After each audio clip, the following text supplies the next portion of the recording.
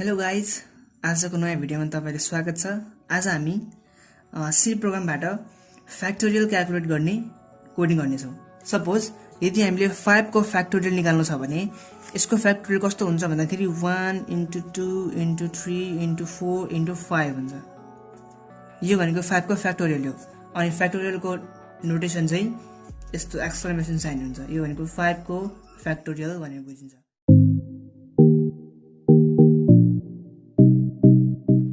अनि हाम्रो header file #include stdio.h अनि हाम्रो void main को भित्र अब हामी यहाँ इन्टिजर डाटा टाइपको केही भेरिएबल डिक्लेयर गर्छौं र इनिशियलाइज पनि गर्छौं।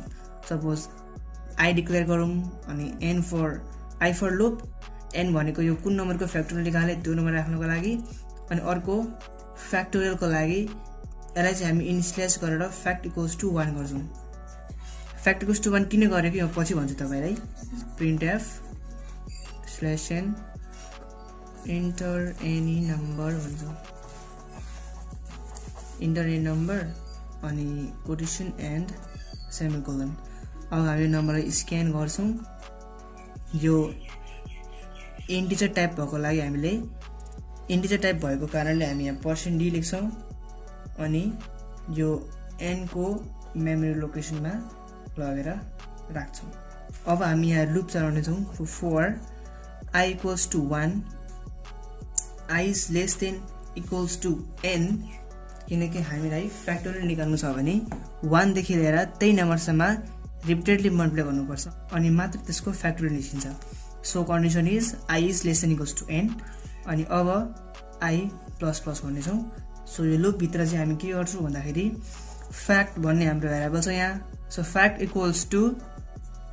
fact into I गर्ने छौं। सो फर लूप क्लोज अनि हामीले फ्याक्टोरियल निकालेको प्रिन्ट गर्नु पर्यो। सो printf /n अनि हामी गर्छौं the factorial of %d is %d गर्ने छौं। कोटेसन कमा अनि यो सुरुको % भनेको त नम्बर हो। the factorial of n number. So यसलाई हामी n बाट ल्याउँछौं अनि इज % भनेको फ्याक्टोरियल हामीले यसमा सुरु गरेका छौं। सो फ्याक्ट बाट चाहिँ यहाँ नम्बर राख्छौं and let's close this programme.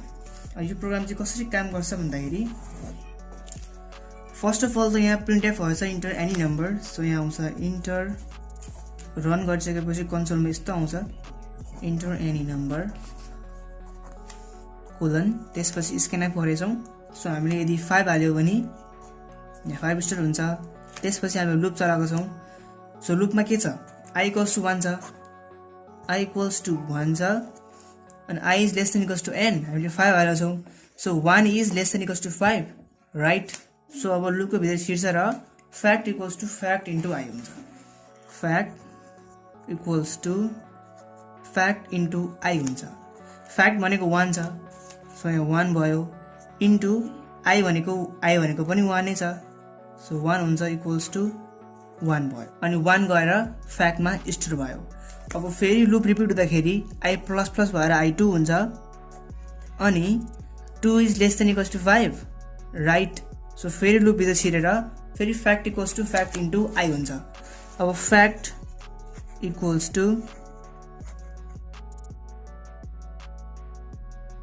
fact भनेको 1 थियो, 1 into I भनेको 2 छ, सो 2 हुन्छ। अब सो 2 1 जा 2 हुन्छ। अर्को चोटि रिपिट हुँदाखेरि I = 3 हुन्छ र फेरि fact into I हुँदाखेरि चाहिँ fact 2 थियो, सो 2 * 3 6 हुन्छ। सो यसरी फ्याक्टको भ्यालु रिप्लेस हुँदै हुँदै गएर अन्तिमसम्म तपाईँ 5 छ भने 5 सम्मै मल्टिप्लाई हुन्छ र अर्कोचोटि लूप रिपिट हुँदाखेरि I 6 हुन्छ। So 6 is less than equals to 5 रङ। सो कन्डिसन मिट भएन भने यो लूप भन्दा बाहिर आउँछ अनि हामीले printf the factorial of % गरिन्छौं। factorial of % भनेको n बाट ल्याएको छौं। सो n भनेको हामीले 5 हालेको थियौं। सो 5 is %d पर्सेन्टेज भएको फेरि फ्याक्टबाट सो फ्याक्टमा कति भ्यालु स्टोर भएको छ अन्तिममा त्यो भ्यालु यहाँ प्रिन्ट हुन्छ अनि हामीले रिक्वायर्ड भ्यालु रिक्वायर्ड आउटपुट पाउँछौँ हामीले सो हामीले फ्याक्ट चाहिँ इक्वल्स टु 1 यहाँ किन गरे 0 किन भएन कि 2 किन भएन भन्दाखेरि फर्स्टचोटि जब लुप यहाँ सुरु हुन्छ यहाँ fact equals to fact into I गर्दाखेरि हामीले के गरेछौँ fact equals to fact into I गरेको थियो सुरुमा सो सुरुमा इनिसियली फ्याक्टको भ्यालु हामीले 1 डिक्लेयर गरेको थियौँ सो यदि हामीले यहाँ केही पनि लेखेको थिएनौँ भने यो त फ्याक्ट इन्टु आई हो सो फ्याक्टको ठाउँमा केही पनि थिएन भने चाहिँ यसले ऱ्यान्डम गार्बेज भ्यालु यहाँ लिन्थ्यो अनि हाम्रो आउटपुट चाहिँ अनडिजायर्ड आउँथ्यो सो यो चाहिँ सिमेन्टिक्स एरर हो यहाँ चाहिँ लजिकल एरर आउने सम्भावना हुन्थ्यो कुनै पनि भ्यारिएबललाई त्यही भ्यारिएबलसँग फेरि इन्टु कि त प्लस मल्टिप्लाई जे गरेर पनि फेरि त्यही भ्यारिएबल राख्नु छ भने चाहिँ यसको कुनै भ्यालु चाहिँ हामीलाई इनिसियलाइज गर्नुपर्छ पहिल्यै नत्र यसले गार्बेज भ्यालु लिन्छ सो यसले गार्बेज भ्यालु नलियोस् भनेर मात्रै हामीले यहाँ इक्वल्स टु 1 गरेका छौँ किनकि 1 इन्टु 1 भनेको फेरि 1 नै हुन्छ अनि त्यसपछि फेरि 1 इन्टु 2 भनेको 2 नै हुन्छ यदि हामीले 0 गरेको थियौँ भने चाहिँ 1 इन्टु 1 0 इन्टु 1 फेरि 0 हुन्थ्यो सो 0 त हुँदैन हाम्रो फ्याक्टोरियलमा 1 हुनुपर्छ सो हामीले यहाँ 1 गरेको थियौँ so hope you understand the video thank you guys for watching keep learning thank you so much